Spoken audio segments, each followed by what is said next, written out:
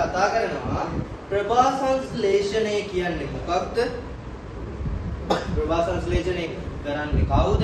මෙන්න මේ ක්‍රියාවලිය පිළිබඳව කතා කරමු. ඊට කලින් මිනිසුන්, සතුන්, ඒ වගේම ශාක මේ සියලු දෙනා සඳහාම ජීවත් වෙන්න අත්‍යවශ්‍ය ප්‍රධානම සාධකය මොනවද? ජලය, වාතය හැරෙනකොට ආහාරනේ. කියන්නේ අපිට ඉන්න පුළුවන් දැන් ඔයාලට දවසක් කන්න නැතුව ඉතින්. සතියක් ඉඳි උපරිම. ඊට පස්සේ ඉන්න පුළුවන්. බෑනේ අන්තිමට කන්න නැති. දැන් ගෙදර අම්මත් එක්ක තරහ වෙලා ඉන්න. තරහලා ටික දවසක් මම කන්නේ නැහැ කියලා දවල්ට උදේට කන්න නැති. ඒක දවල්ටත් කන්න නැති. දවසම කරවත්. රැයට දැන් ඉඳි කොහොම හරි ඉන්න පුළුවන්. දැන් බොරින් හරි කනවනේ.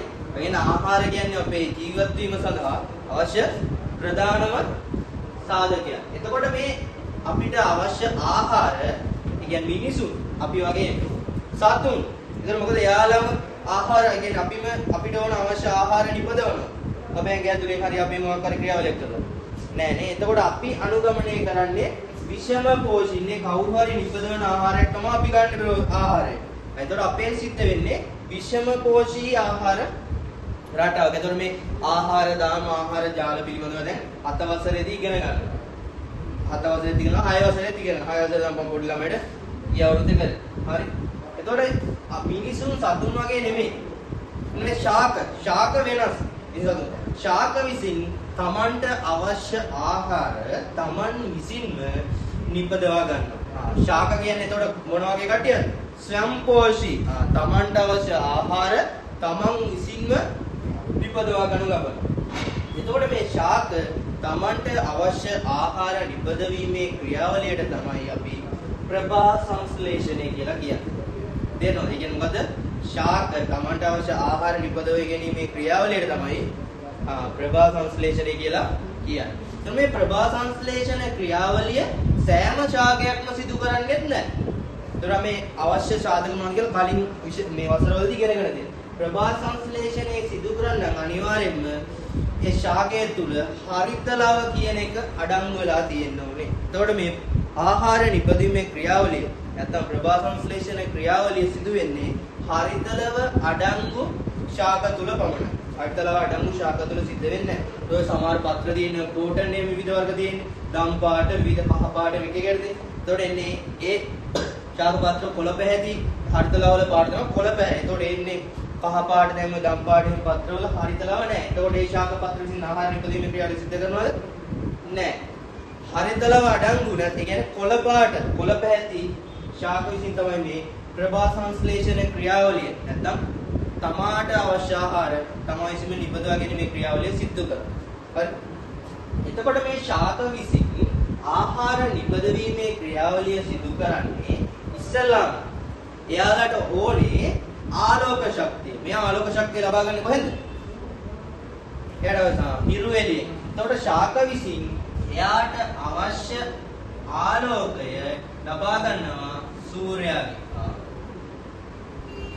ශාක සූර්ය ශක්තිය නැත්නම් හිරු එළිය උපයෝගී කරගෙන තව එයාගේ මුල් වලින් එනේ මුල් වලින් භෞමිකව තියෙන ශාක ගන්න පසෙන්. හරි. භෞමිකව තියෙන ශාක පසෙන් තමයි ජලය උරාගන්නේ. එතකොට හැබැයි දැන් භෞමික පොළොවේ නැති ඔය සමහර ඕකිඩ් එහෙම තියෙන නිසා එතකොට එයාලා ජලය ලබා ගැනීම සඳහා මුල් අර ඔය දැකලා සමහර මුල් අර එළියට විහිදලා තියෙන ඕකිඩ් ශාකවල. එතකොට එයාලා ඒ විදිහට තමයි Tamanට අවශ්‍ය ජලයම ලබා ගන්න. එතකොට ශාක පසෙන් ලබා ගන්නවා භෞමික ශාක ජලය අමුද්‍රව්‍ය විදිහට. සහ ශාකවල ශාක පත්‍ර තුල තියෙන පූටිකා කියලා සිදුරු තියෙනවා. ඒතර මෙන්න මේ පූටිකා හරහා මෙයා ලබා ගන්නවා කාබන් ඩයොක්සයිඩ් වායුව. එතකොට ආලෝක ශක්තිය උපයෝගී කරගෙන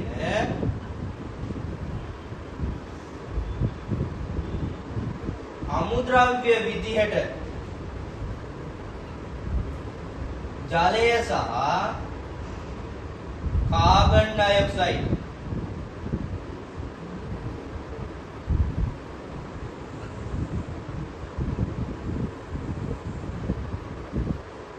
CO2 H2O අමුද්‍රව්‍ය ලෙස යොදාගෙන හරිත ලව අඩංගු ශාක තුල සිදුවෙන ආහාර නිපදවීමේ ක්‍රියාවලිය නැත්නම් ආහාර සංශ්ලේෂණය කිරීමේ ක්‍රියාවලිය අපි කියනවා ප්‍රභා සංශ්ලේෂණය කියලා.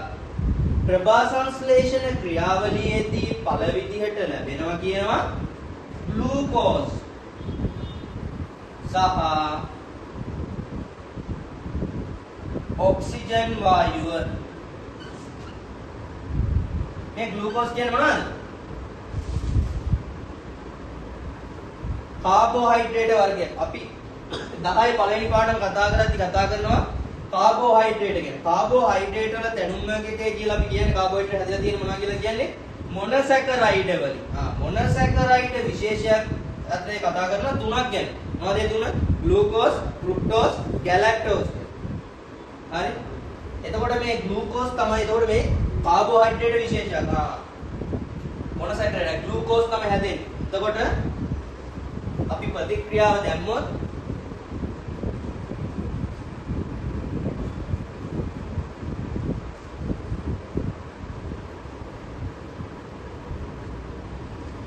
කාබන් ඩයොක්සයිඩ් වායුව ලබා ගන්නවා. දැන් ඔයා 10 වසරේදී ඉගෙන තියෙන්නේ රසායනික ප්‍රතික්‍රියා කොහොමද ලියන්නේ කියලා. ඒවා අවස්ථාවත් එක්ක දාන්න ඕනේ අපවතින. ජලය ලබා ගන්නවා. ලික්විඩ් හරි. ආලෝක ශක්තිය ගන්නවා. ආලෝක ශක්තියයි හරිත ලබයි. හැදෙනව මොනවද? ග්ලූකෝස්. ග්ලූකෝස් වල සූත්‍රය මතකද? C6යි H12යි O6යි ගන්න ඔක්සිජන්. හරි. එතන දැන් මෙයා තුලිතයි. අපි තුලිත කරන්න දැන් තුලිත ප්‍රතික්‍රියා ඉගෙන ගන්න තියෙන්නේ. කාබන් මෙතන 1යි මෙතන 6යි බැලන්ස්ද නැහැ 6ක් දාන්න ඕන. 6ක් දැම්ම ඔක්සිජන් දැන් මෙතන 6 වරක් දෙක 12යි මෙතන 1යි 13 මෙතන 6යි මෙතන 2යි 8යි බැලන්ස්ද නෑ. ඊට කලින් අපි හයිඩ්‍රජන් බැලන්ස් කරනවා. එතන ලේසි. එතන හයිඩ්‍රජන් 12යි. එතන හයිඩ්‍රජන් එතන කීයක් දාන්න ඕන? 6යි. හරිද 12. දැන් මෙතන 6යි. ඔක්සිජන් 6යි. මෙතන 6 වරක් දෙක 12යි. 12යි 18යි. 18යි. මෙතන 6යි තියෙන්නේ. තව කීයක් අඩුද? 12ක් අඩු. 12ට 6ක් දැම්මම දැන් බැලන්ස් බලන්න